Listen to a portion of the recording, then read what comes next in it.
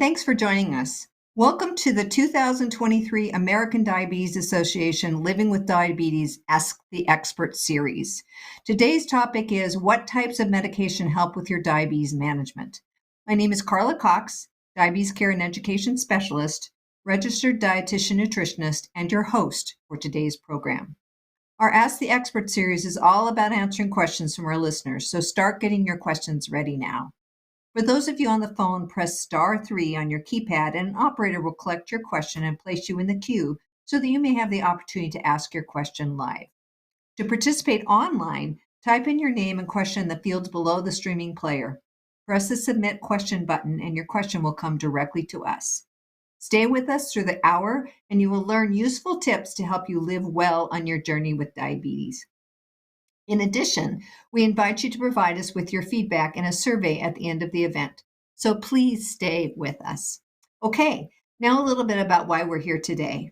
Because of the link between diabetes and heart health, the American Diabetes Association, in collaboration with the American Heart Association, has launched No Diabetes by Heart, with support from founding sponsor Novo Nordisk, as well as national sponsor Bayer.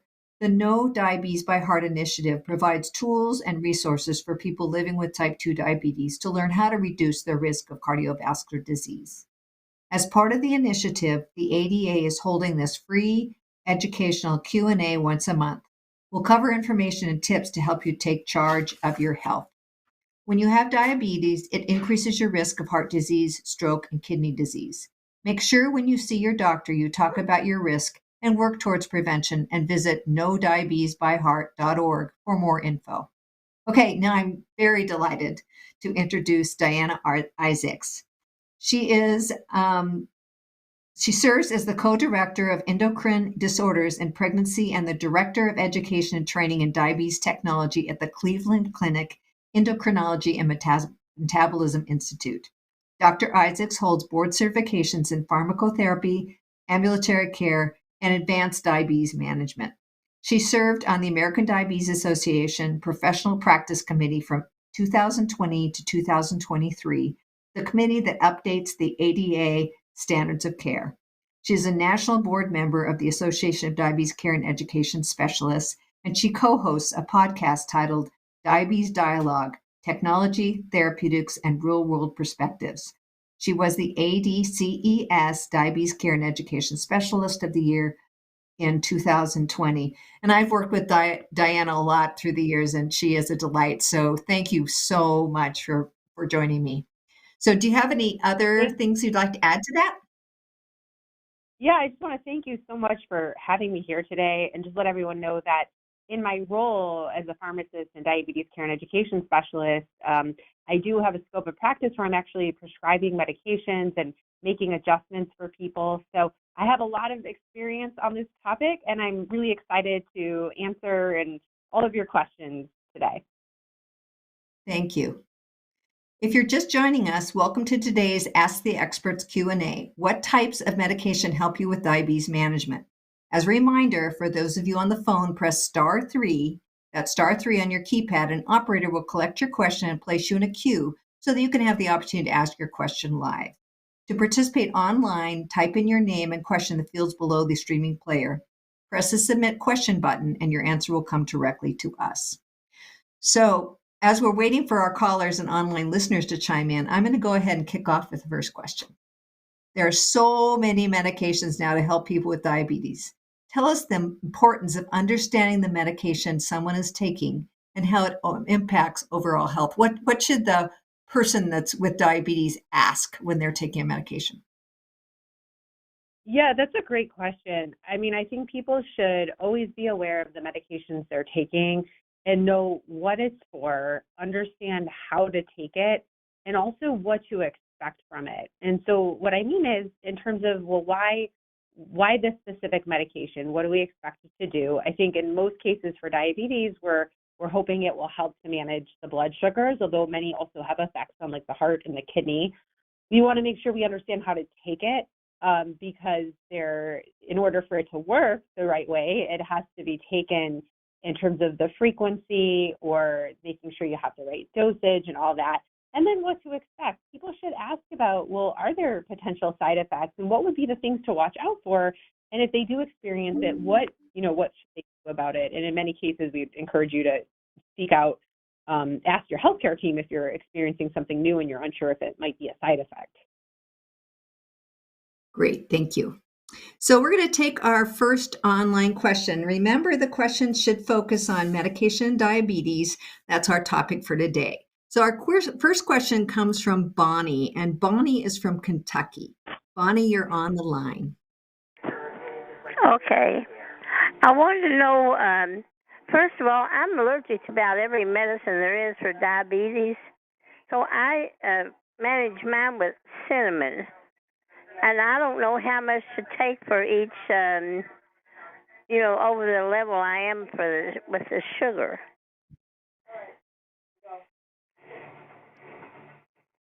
And also, All right, Diana. There's a question for you.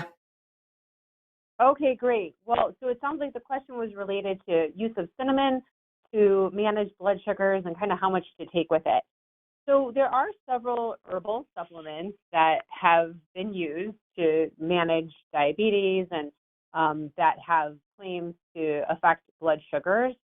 And cinnamon is definitely one of those supplements.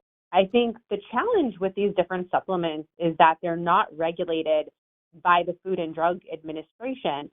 So depending on the type of supplement that you have, there can be different amounts of the active ingredient.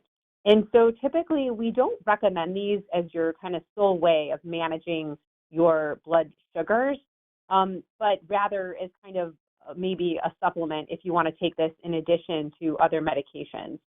So it's hard to answer the question about, well, what is the exact dose, because the different formulations of cinnamon as well as other herbal supplements are going to be different. We do recommend that you get a quality source of your supplement. So for example, there's something called USP verified, where there is some there's some authority that's overseeing kind of the quality control. But we do need to be very careful, because very recently there was actually a supplement on the market, and we found out it had a drug in there that wasn't supposed to be in there that could really lower people's sugar too much. And so I would just say use caution with your supplements and make sure that you're talking to your healthcare team about it so that they're aware and you're making sure that you're reaching your blood sugar target. Thank you. There's also a question on magnesium. What about magnesium and type 2 diabetes? Yeah, so, magnesium is one of those supplements that is great for people that have low magnesium levels. And so that's something that you can have checked if you're concerned that your magnesium might be low. And one of the symptoms of low magnesium would be like muscle cramps or weakness. So you could have your healthcare team check your magnesium level. And if you are low, then supplementing with a magnesium source can be great. Just supplementing if you're not low, just because you kind of want to help manage your diabetes, could lead to potentially having too much magnesium. And one of the side effects of magnesium can be diarrhea. So that's something I would just caution people about. Thank you. We have a good question coming from Desiree. Desiree is from Pennsylvania. Desiree, you're on the phone.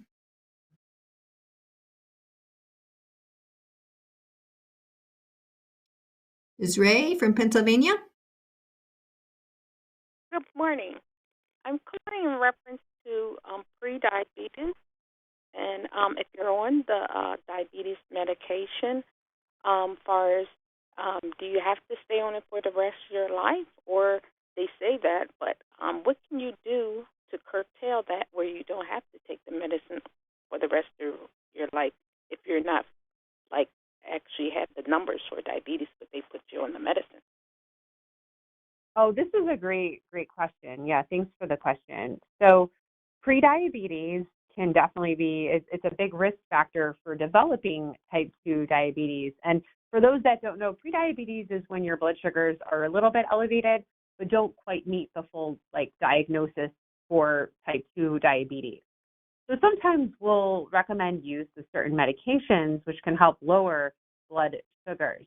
Now, the question of, well, do you need to take those forever really depends. One of the things that helps both prediabetes and type 2 diabetes are lifestyle changes.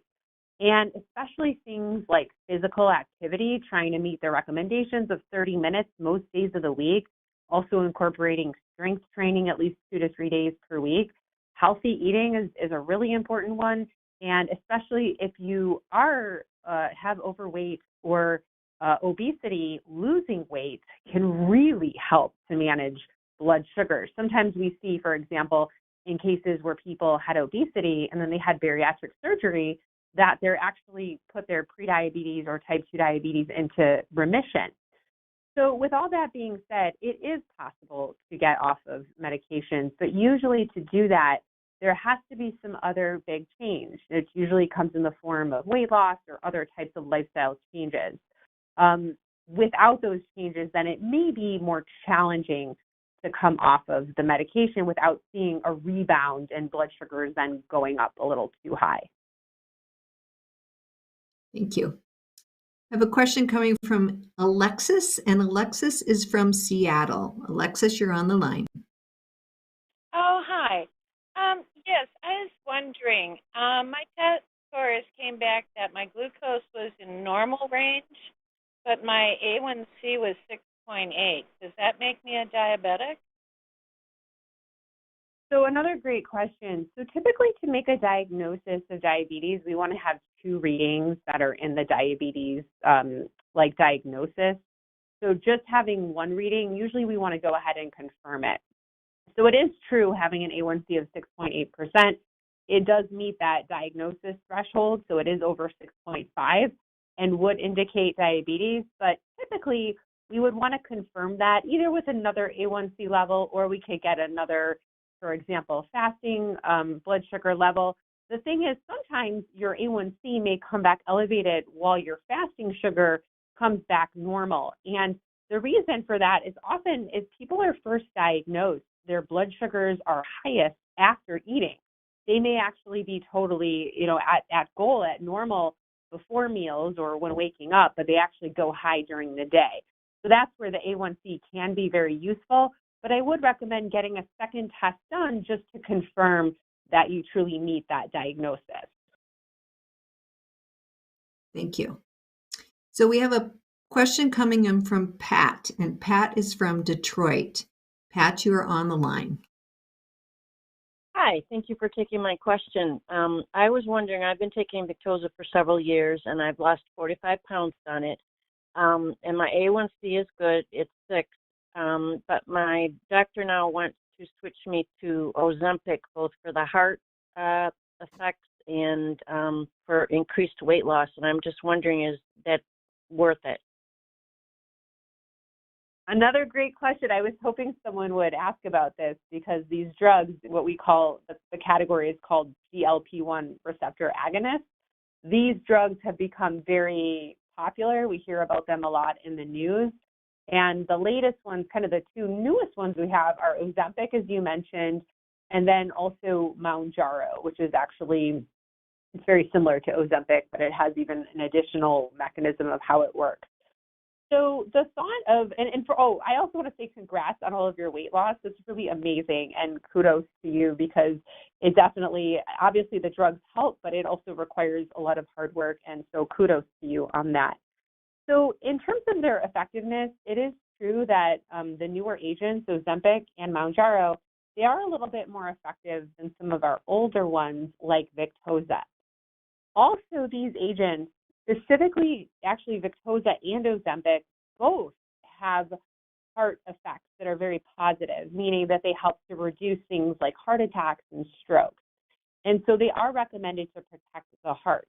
Now, we can't necessarily say that Ozempic is better compared to Victoza for protecting the heart because they weren't studied directly for that reason. What I can tell you is when it comes to blood sugar lowering and weight loss, Ozempic is a little bit more effective, and it is actually a weekly agent instead of Victoza, which is actually needs to be taken every day.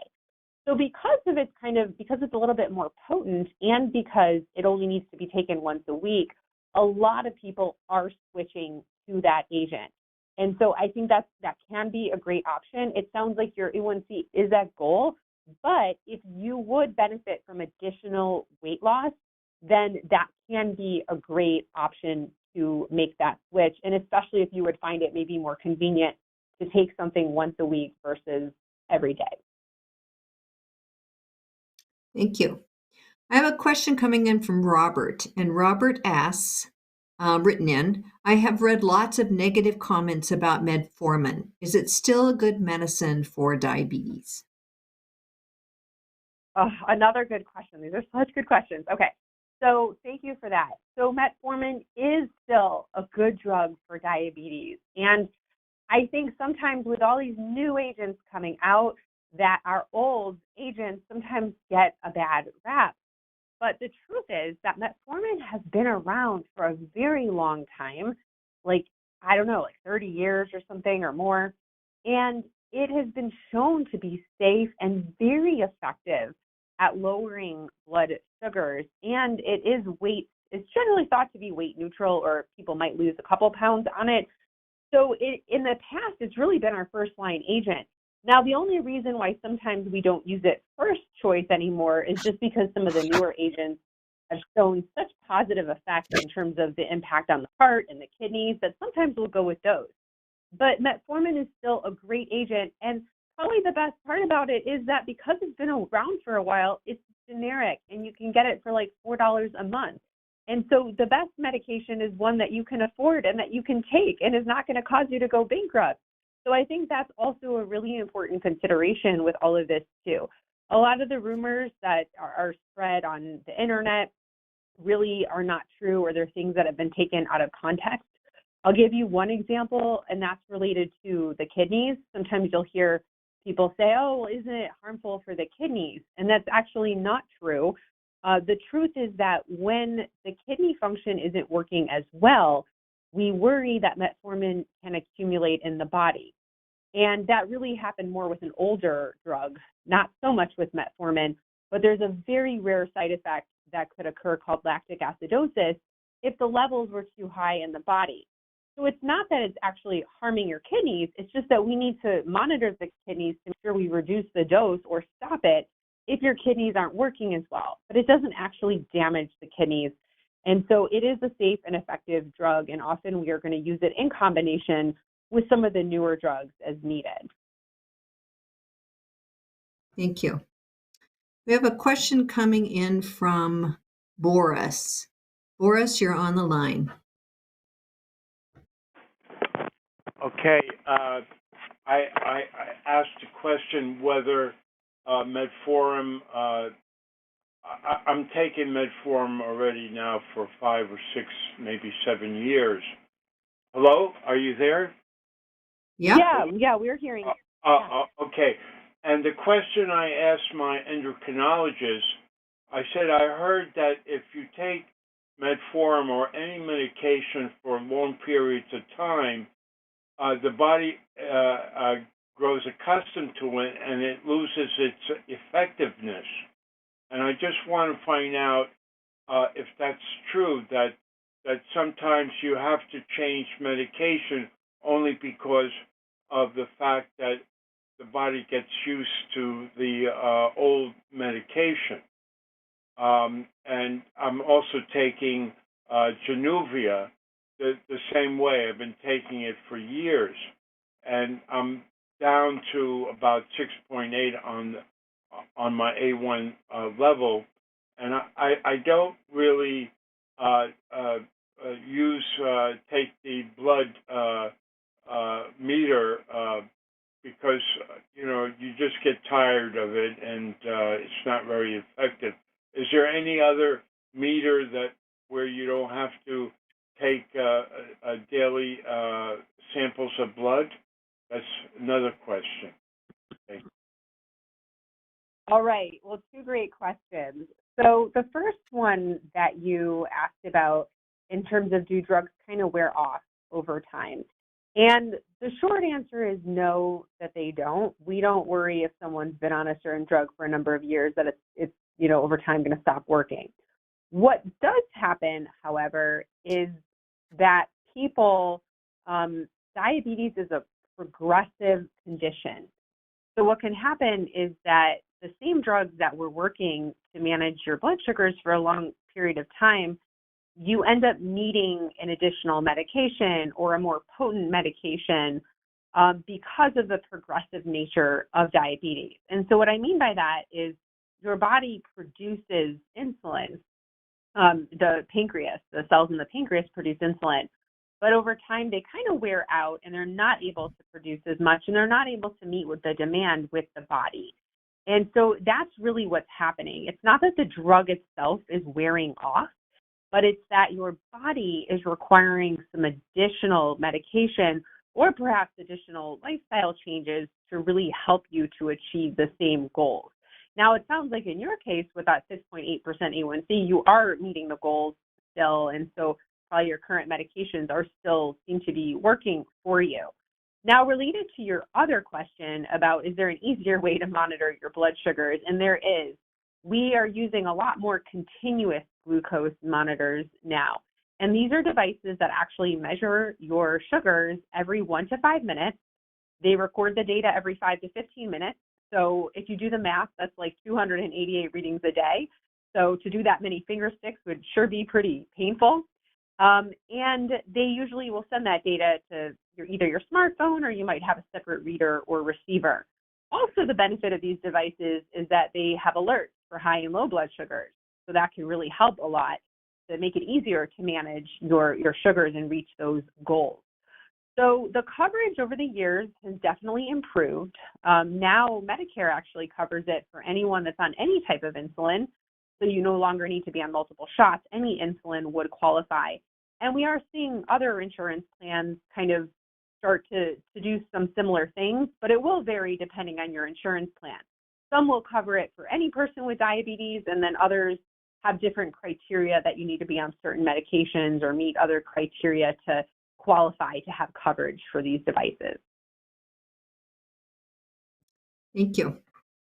I now have a call coming in from Sean, and Sean is from Georgia.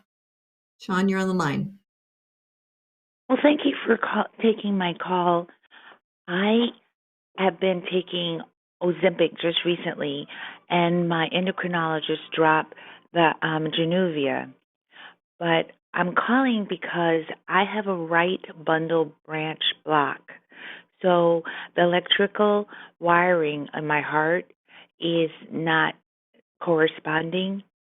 And I wonder, is Ozempic going to help that? So another, good question about Ozempic, which is one of the GLP-1 agonists. And so Ozempic does have a lot of data to show that it can reduce things like heart attacks and strokes. And with that type of heart condition that you have, you would be at greater risk of those things happening. So I think it makes a lot of sense to switch from Genovia to Ozempic. Just for everyone's information, Genovia has a mechanism of action which is a little similar to Ozempic, but it's not quite as potent in the way that it works. And Genovia, while it's a very safe drug to take, it's been studied to look at these, what we call these cardiovascular outcomes. So these things like heart and stroke and cardiovascular death. And in the clinical studies, it was shown to be neutral, meaning it's safe. It's totally safe to use, but we don't expect that it's going to reduce the chance of these other things happening.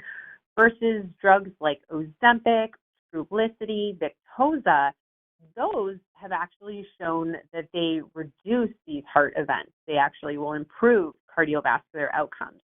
So for that reason, it makes a lot of sense to switch to Ozempic or a drug in that category to really have those reduced, those improved effects. Now, that being said, for your very specific condition that you're describing, it hasn't been described or it hasn't been studied specifically just for that condition. But based on what we know for the other heart outcomes, I think it'd be believed that it would definitely be safe and likely it can improve those heart outcomes. Thank you. We have just a lot of questions coming in, and we have quite a few write-ins. So Joe wrote in, Is Trulicity or Ozempic shot the same as insulin? Okay, so it is not the same. So yes, they're all shots. So they're all injected, but they're very different in terms of the way that they work. So insulin, when you inject insulin, it's like you're replacing the insulin that's in your body. However, insulin, too much insulin can cause your blood sugar to go too low. And so we have to be a little bit more careful about monitoring insulin. Make sure you're getting exactly the right dose so that you don't experience low blood sugar.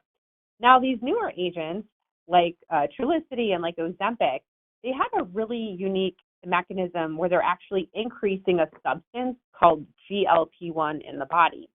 And GLP-1 is what we call an incretin. It turns out people with type 2 diabetes don't make enough incretins. And these incretins are involved in a few different processes in the body. One of the things they do is they promote that feeling of fullness when you eat. So when you start eating, you immediately can feel, wait a second, oh, I'm starting to feel full. I'm going to stop eating now. Versus if you don't have enough of these, you might just keep eating and not even realizing that you're full. Another thing that they do is they actually slow gastric emptying. So they slow how much food is being processed at one time. This allows your body more time to respond to the blood sugar elevation. So it prevents your blood sugar from getting too high after eating. Also, it helps you to feel more full, so you may not eat as much. And then the other mechanism that it contributes to is it actually does increase insulin production, but it only does it when your blood sugar is high. So if your blood sugar is not high, then it's not going to cause more insulin to be produced. And so for that reason, we don't expect that your blood sugars would go too low, as is the case if you would get too much insulin. And then the other thing it does is it actually decreases another hormone called glucagon. And too much glucagon can actually cause too much excess blood sugar in your bloodstream. And so that's just another way that it kind of helps to lower those blood sugars throughout the bloodstream. You know, it's you and I've done this for quite some years, and I have to say it's just fascinating the multiple mechanisms that some of these medications now work on rather than just one. So it's enjoyable to see taking one medication having multiple impacts in different ways to help you with your glucose and actually prevention of heart disease. So I have totally two agree questions. with you. Yeah, go ahead. Oh, sorry. I just to add that it turns out there's several. It's a lot more than, oh, you just don't produce enough insulin in diabetes. There's actually, it's thought that there's different defects in the brain in terms of not feeling full enough with these incretins, with the liver, with the kidney. So we know it's a lot more than just insulin. And so I agree with you. It's really neat to have these drugs that affect multiple areas versus just one place. Yeah, absolutely. So I have questions. There's one coming in from Faith and one coming in from Anthony, and they're writing in, and they're very similar. So I'm going to ask you both of them at the same time. With so many social media messages about how bad it is to take metformin, why is it still being prescribed? And the next question: what are the risks of taking metformin? So those questions are really related. Yeah. So, metformin gets a bad rap. And honestly, sometimes the skeptic in me wonders if it's coming from we have these new expensive drugs, and is it coming from a place where we're trying to bash metformin to get more of the use of the expensive drugs? That's kind of the skeptic in me. Metformin, the reality, is a very safe and effective drug. And a lot of the things that you're seeing online are just simply, they're not true. And it's just unfortunate that things are being spread online like that. Now, it's not totally without any risk taking metformin. So I do want to be totally transparent that metformin can cause loose stools and can cause diarrhea. And we have learned that use over several years can cause lower vitamin B12 levels. Fortunately, with metformin, there is an extended release formulation, and that often really helps the potential, like with the loose stools and the diarrhea, that really helps. The other thing that really helps is if you start at a lower dose and you gradually go up, which is really true of many of our drugs. We shouldn't just be starting at the maximum dose or even the middle dose. We should start lower and gradually increase the dose. Now, when it comes to the vitamin B12, what we know is that after about 4 years of use, that's when we have seen in some studies that the levels were a little lower. Fortunately, that's a really easy test. If you're taking metformin and you're worried about it, just ask your doctor to order a vitamin B12. If it is low, that's a super easy supplement to take. You can just add vitamin B12, and it's really easy to take a daily B12 supplement, and that'll ensure that you have adequate levels. Thank you. So I've got a great question coming in from Sharon. It's going to be quite challenging to answer. So Sharon, you are on the line. Hi. I've been referred Hello. I've been referred to a nephrologist, and I'm wondering I'm type 2. What is the best medication for me to take for having bad kidneys? I take Genovia right now. My primary care doctor wants me to switch to Jardiance. My endocrinologist is hesitant to do that until I can get in to see a nephrologist. Okay, well, good question. So what we know in terms of, we've come a long way for kidney protection, and we now have several medications that we know can positively impact kidney function. And this is a really important issue because people with diabetes have an increased risk of having kidney disease, and probably a lot of people have kidney disease and just aren't even aware of it. So you do want to make sure you're screened for it. There's a blood test you can do where they check what's called your serum creatinine to see if that's elevated. Also, there's a test called, it's where they check your urine to see if there's protein that's leaking into your urine, which can be a sign of damage. Now, in terms of medications, there's actually one of the medications is a blood pressure medication. It's called an ACE inhibitor or an angiotensin receptor blocker. These are drugs like losartan or lisinopril. And these are really first-line medications to use, certainly if you have elevated blood pressure. But these are medications that have been proven for a very long time to protect the kidneys. Now, what's new are the drug class, the SGLT2 inhibitors, as you mentioned. Drugs like Jardiance or Forxiga or Invokana have shown tremendous benefits in actually protecting the kidneys. And what's very interesting about this drug class is that the kidney protection seems to come even outside of blood sugars. And what I mean by that is we know that when the kidney's not working as well, that the drugs in this category are actually not going to work that well to lower your blood sugar because they work by causing your sugar to actually be excreted into the kidney. So if you don't have good enough kidney function, they're not going to work in that capacity. However, they still work to protect your kidneys. And so for that reason, actually, our ADA guidelines recommend first line those that have kidney disease to use drugs like Jardiance, Invokana, and Forxiga. So it sounds like it would be a great option to switch from Genovia to Jardiance. Now, the one caveat is it does depend on your kidney function. The guidelines generally recommend starting these drugs as long as the what we call the GFR, or the estimated glomerular filtration rate, is over 20. And so not knowing your specific situation, if it was under that, that could be some of the hesitancy, like should we start this, shouldn't we, should we first see what nephrology thinks? So that could definitely be, a consideration. I also wanted to mention there is another drug class that is called, it's a mineralocorticoid receptor antagonist, non-steroidal, and it's a drug called finerenone or Kerendia. And this drug is specifically approved for people with type 2 diabetes and kidney disease to protect their kidneys.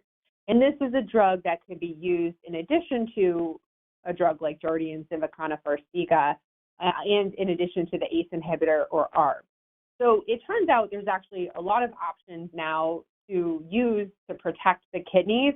And I also want to say, though, still the hallmark of protecting the kidneys is to manage the blood sugars and make sure that those are as close to goal as possible, and also managing blood pressure. Those are definitely very important, as well as all of the new drug therapies.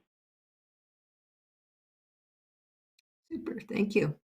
We have a question coming in from Nancy, and Nancy is from Tulsa. Nancy, you're on the line. Yes, what medications can you take that do not cause diarrhea? What doesn't cause diarrhea? Well, the problem is that everyone is unique, and some people are just more susceptible to diarrhea, and even medications that wouldn't maybe cause someone else diarrhea could cause you diarrhea. That being said, there's certain meds that are for sure associated with diarrhea, and that includes, before I mentioned metformin, also those GLP-1 agonists, so those drugs like Ozempic and Trulicity and Victoza and Mounjaro, those drugs all have shown increased risk of diarrhea. However, there are some that actually experience constipation. But I would say if you have a predisposition to diarrhea, they may be more likely to cause diarrhea in you. Now, there are some drug classes that really aren't associated, or it's not a common side effect of diarrhea. And one of those drug classes I would say are the SGLT2 inhibitors, like we were just discussing related to the kidney, drugs like Farxiga, Invokana, and Jardiance, as well as there's a couple other in that category, Brenzavvy, Seglotro. So those drugs, it's not an expected side effect. I mean, everyone's different. You always could experience it, but we don't typically expect that would happen from those drugs. Also, the drug class, those DPP-4 inhibitors, the drugs like Genovia or Tradjenta and Nesina, those are drugs that we typically don't expect to see diarrhea from. Also, drugs like pioglitazone or Actos, those are not common side effects. And then insulin, interestingly, I mean, because insulin is like one of the most natural hormones, it's what your body already produces anyway, we don't see so many side effects like that. The biggest side effect we worry about with insulin is the low blood sugars, but I wouldn't expect to see diarrhea from that. So anyway, hopefully that gives you some ideas of drugs that you can maybe try if you are, experiencing or know someone that's experiencing diarrhea with their current medications. So another write-in question, which I think is excellent, we don't talk about enough, is what is the role of the pharmacist in the care of persons with diabetes? Oh, I love it. Okay, as a pharmacist, I love this question. So I think pharmacists have a lot to offer. We consider ourselves the medication experts, and so a lot of pharmacists now are working in a similar way that I am, where I'm actually on the care team and I'm in the doctor's office seeing patients. And so a lot of pharmacists now are working in primary care clinics, or they're working in endocrinology clinics like I am. And we are an option for you to be able to see where we can help you to, we can help with all kinds of things. We can help with cost and access of medications, because we know that can be an issue for a lot of medications.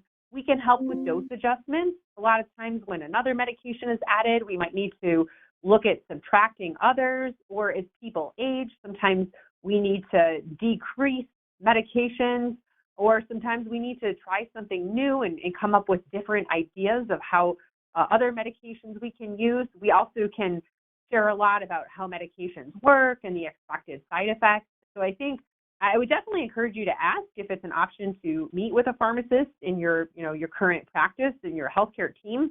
Also, I wanted to call out that we have pharmacists that are in pharmacies. So, our independent pharmacies or places like CVS, Walgreens, Rite Aid. And those also can be resources as well, where you can ask about your medications. That's a great place to ask. If you didn't get training, for example, you're starting a new injection, whether it's insulin or it's one of these GLP-1s, and you need some education about how to take it, that also can be a great resource too. They can provide information about your diabetes technology, if you're using continuous glucose monitoring or something else. So definitely I encourage you to ask to speak with your pharmacist, and hopefully they can help you understand your medications a little bit better.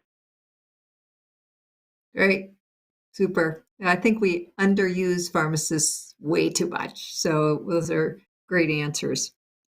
So I have another writing question. Is it worth switching from Victoza to Ozempic for increased weight loss? My A1C is already at 6.0. Okay, so using it for weight loss. So that actually, it sounds like A1C is already at goal. However, our latest guidelines, and actually, by the way, the 2024 ADA guidelines were just released yesterday, so that's really exciting. But our guidelines actually say that you can use these drugs for either, to help you reach your blood sugar targets, or also for weight management, because we know losing weight, assuming if you're living with overweight or obesity, that will also help your diabetes.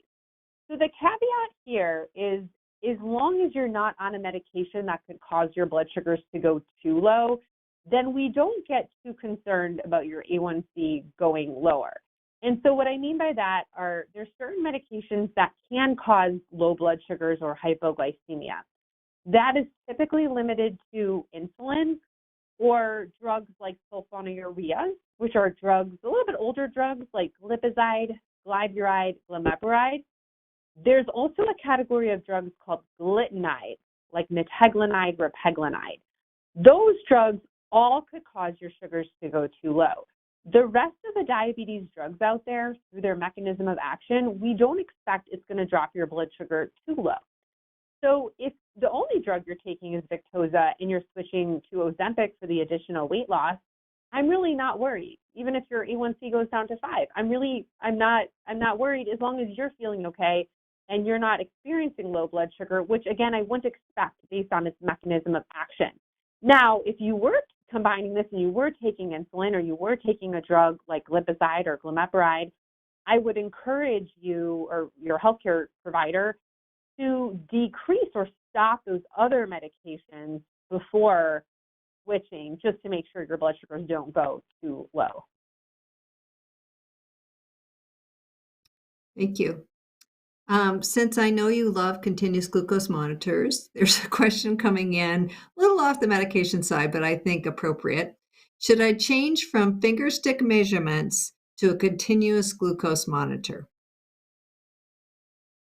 Well, yeah, I love continuous glucose monitors. And the truth is, I think as the devices are getting easier and easier to use and they're starting to really come down in price, I think we are getting to a place where more and more people are going to use this technology, and less are going to rely on finger sticks, which we know can be challenging to draw the blood from the finger and to check it and get out all your supplies and do all of that. So I think there's a lot of real advantages to CGM. And I think if it's an option to you, you have insurance coverage or you can afford to use it, that it provides a lot of value. And definitely for anyone on a medication that could cause their blood sugars to go too low, it does a great job of helping to reduce those low blood sugar events by providing warnings. There's also benefits. You can share data with other people. Most of them, if you're using it on your smartphone, you can use an app that would allow, for example, loved ones, caregivers, family members, friends to be able to see the data if you wanted it. And it also makes it easier to share data with your healthcare team.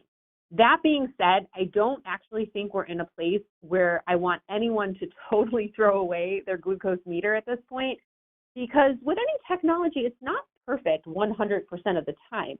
And so there might be instances where your continuous glucose monitor shows you that you're 65 and you're like, well, wait, I feel fine. I don't feel low.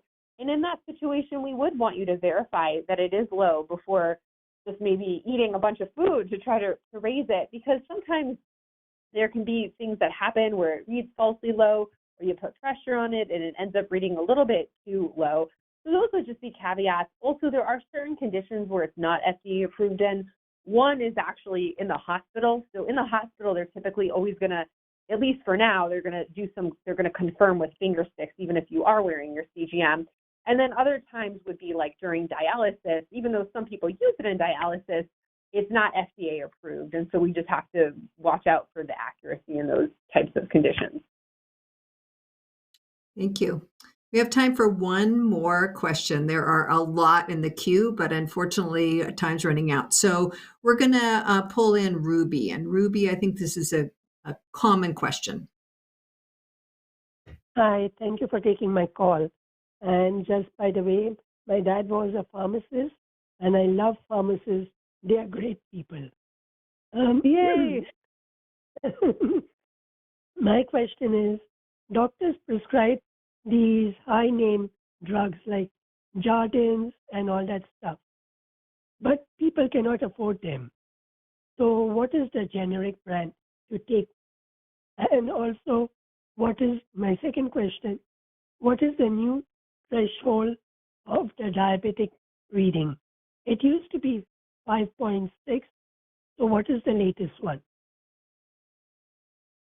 Yeah, well, thanks for the question and thanks for the positive feedback on pharmacists. That's awesome. So I'll go with I'll go with the last question first in terms of the threshold for diagnosing diabetes. So it's thought to be that it's 5.7 to 6.4 for an A1C is considered pre-diabetes, and then anything 6.5 or higher meets that threshold for diabetes, with the caveat that usually we want to have 2 or more readings, either taken in the same lab, like one could be an A1C and one could be a fasting glucose, or 2 separate days just to confirm the diagnosis.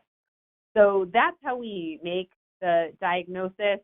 Now, I think you asked a really important question related to kind of the cost and the access of these medications. And the reality is that full price out of pocket for these drugs that we call SGLT2 inhibitors like Jardiance is about $600 a month.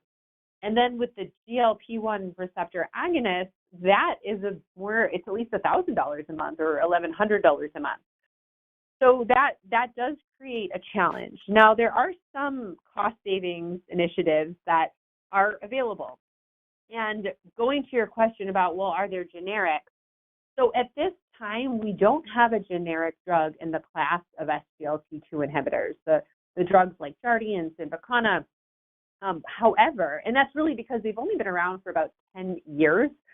So it'll be just a little bit longer before there's a generic, although it should be in the next couple years. I do want to make you all aware that there is a drug called Brenzavvy. It is an SGLT2 inhibitor. The generic name is called Bexagliflozin. This drug was approved at the beginning of 2023. Interestingly, it was originally approved for cats, and now it's approved in humans. But the reason I'm calling out this drug is because it's available in Mark Cuban's Drug Cost Plus program for about $50 a month. And so compared to $500 or $600 a month, that might present a more affordable option for some people. Now, with the GLP-1 receptor agonists, those also do not have a generic drug available. It'll probably be a little bit longer, although also maybe in the near future we will get a generic drug. So that also poses challenges in terms of cost. For all of these drugs, there are some patient assistance programs which can really help, and often people are surprised that the thresholds for these programs are higher than they might have thought. So for example, many go to like the 400% poverty level. So depending on your household, that can be a little bit more affordable. Or you might qualify. Some programs, like for example, GoodRx and Single Care, you can search online, and sometimes you can find a slightly lower cost at certain specific pharmacies. So that's another option. And then I also wanted to mention, for anyone that has commercial insurance, meaning you're not on Medicaid, you're not on Medicare, all the drug companies have copay cards that will take the price down. So I highly recommend anyone on a non-government insurance, whenever you get anything prescribed, check online or ask your healthcare team if there is a copay card and use that, because that often will help a lot if you qualify for that. And yeah, I think those are kind of the common things. Sometimes some offices will have some samples, but often that's not a long-term strategy. That would be more kind of a short-term strategy to get you through until maybe you get a prior authorization or until you determine coverage from your insurance plan. Thank you. And I think samples are getting in shorter and shorter supply as our economy goes the way it's going. We found that to be true. Yeah. So something to just be aware of. If you used to get some samples and you think the doctor's being stingy, it's because they're not getting any samples anymore. So And sometimes we don't. unfortunately, because we have a plethora of questions, so Diana, you're going to have to come back. So I would this love. wraps up our last. Pardon me. I said I would love to come back. Oh, good. Good. I'd love to have you. So this wraps up our last question for today. And then Diana, could you give us 2 important takeaway points?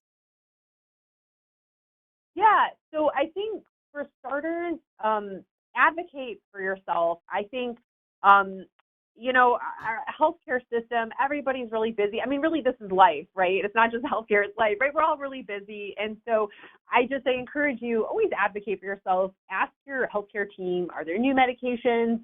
Should we be switching up? Because this is an area that's rapidly changing.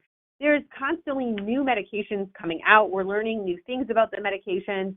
And so sometimes people are on the same old medications when there's maybe newer, better ones that could be easier to take, like in the case of switching from a daily injectable to a weekly injectable, or maybe have better outcomes in terms of on the heart and on the kidneys. So I would definitely encourage you to ask about that, advocate about that. And then I think the second takeaway that I just want to emphasize is just, we talked about this a little earlier, but the fact that diabetes is progressive. And, more people are being diagnosed earlier and earlier in life. We see kids getting diagnosed with type 2 diabetes. We see young adults. And so now people are living with type 2 diabetes for 20, 30, 40, 50, 60 years, which is great. We want people to have long, healthy lives. But understand that it is a progressive condition. And so if it's something that was maybe initially managed on lifestyle, just on healthy eating and exercise, maybe initially 1 medication, maybe 2, then 3, it is the normal progression that additional medications are added. So please don't feel down, don't feel like you did something wrong. This is the natural progression of diabetes. But on the plus side, we are getting newer and better medications that have just been total game changers and really helping people to lose weight and making it so much easier to manage diabetes. So I am really optimistic about what the future holds. And I want to thank you all for attending and for the wonderful, really great questions that you asked me today. Great. To help you feel confident about your ability to manage your diabetes and heart health and kidney disease, we encourage you and your loved ones to talk to your doctor, dietitian, pharmacist about your risk for heart disease, stroke, and kidney disease. Go to knowdiabetesbyheart.org and learn more. Register for the next event at diabetes.org/experts and sign up for diabetes education near you. Links to these resources can be found on our registration webpage, diabetes.org/experts. Thank you so much for all your great questions, as Diana mentioned. You called and wrote in with. We're so sorry we were unable to get to all of them. It would have been a very lengthy event because there were so many. If you have any questions about this event, you are welcome to contact us at askada@diabetes.org or by calling 1-800-DIABETES, which is 1-800-342-2383. In addition, the transcript from this production and all other AT events is on the web at diabetes.org/experts. Please stay on the line for our short survey to help us with future planning. Thriving with diabetes takes a big team, and we're here to support you. Special thanks to our expert, Dr. Diana Isaacs. I am Carla Cox, and on behalf of the ADA team, we want to thank you for joining us today, and we look forward to connecting with you at our next events. January 9, Courageous Conversations to Reduce Heart Disease and Stroke Risk, and February 13, How to Lower Your Risk for Heart Disease if you have type 2 diabetes. Please visit our website for more information at diabetes.org/experts and register today. If you have any questions about this event, please email us once again at askada@diabetes.org. Include Ask the Experts Q&A in your subject line, and thank you for joining us today. And now we'll go to our short 6-question survey. Thank you for participating in the American Diabetes Association's Ask the Expert event.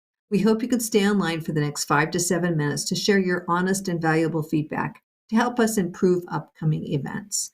All responses will remain confidential. Please let us know your level of agreement with these statements. Question 1. This event met my expectations today. For yes, press 1. For no, press 2. And for unsure, press 3. Question number 1 again. This event met my expectations today. For yes, press 1. For no, press 2. And for unsure, press 3. If you feel you could use some support for managing your diabetes, check out the diabetes.org website. There are lots of links to information that can help you in your diabetes journey. Question number 2. I will attend another Ask the Experts event. For yes, press 1. For no, press 2. And for unsure, press 3. Again, question 2. I will attend another Ask the Experts event. For yes, press 1. For no, press 2. For unsure, press 3. You can find delicious and healthy recipes and menus to enhance your eating. Check out the website www.diabetesfoodhub.org. Okay, on to question 3. This event improved my knowledge of diabetes medications. For yes, press 1. For no, press 2. And for unsure, press 3. Question number 3 again. This event improved my knowledge of diabetes medications. For yes, press 1. For no, press 2. And for unsure, press 3. Did you know that approximately 37 million people with diabetes? You are not alone. Question number 4. I intend to use knowledge I gained in my or my loved one's next appointment with the healthcare professional. For yes, press 1. For no, press 2. And for unsure, press 3. Question number 4 again. I intend to use the knowledge I gained in my loved one's next appointment with the healthcare professional. For yes, press 1. For no, press 2. And for unsure, press 3. Keeping your glucose within target range of 70 to 180 milligrams per deciliter 70% or more of the time is the international recommendation for diabetes management. Consider asking your provider about getting a continuous glucose monitor to help you manage your diabetes. 2 more questions. Question number 5. Before this event, I felt confident talking to a healthcare professional about my loved one's increased risk of heart disease and stroke. For yes, press 1. For no, press 2. And for unsure, press 3. Again, before this event, I felt confident talking to a healthcare professional about my loved one's increased risk of heart disease and stroke. For yes, press 1. For no, press 2. And for unsure, press 3. Check out the heart disease risk calculator at https://www.cvriskcalculator.com and discover if you are at risk for heart disease. And our final question, number 6. After this event, I feel confident talking to a healthcare professional about my loved one's increased risk of heart disease and stroke. For yes, press 1. For no, press 2. And for unsure, press 3. After this event, I feel confident talking to a healthcare professional about my loved one's increased risk of heart disease and stroke. For yes, press 1. For no, press 2. And for unsure, press 3. Thank you so much for your time and look forward to engaging with you on a future Ask the Experts event. Please visit diabetes.org/experts to learn about upcoming events.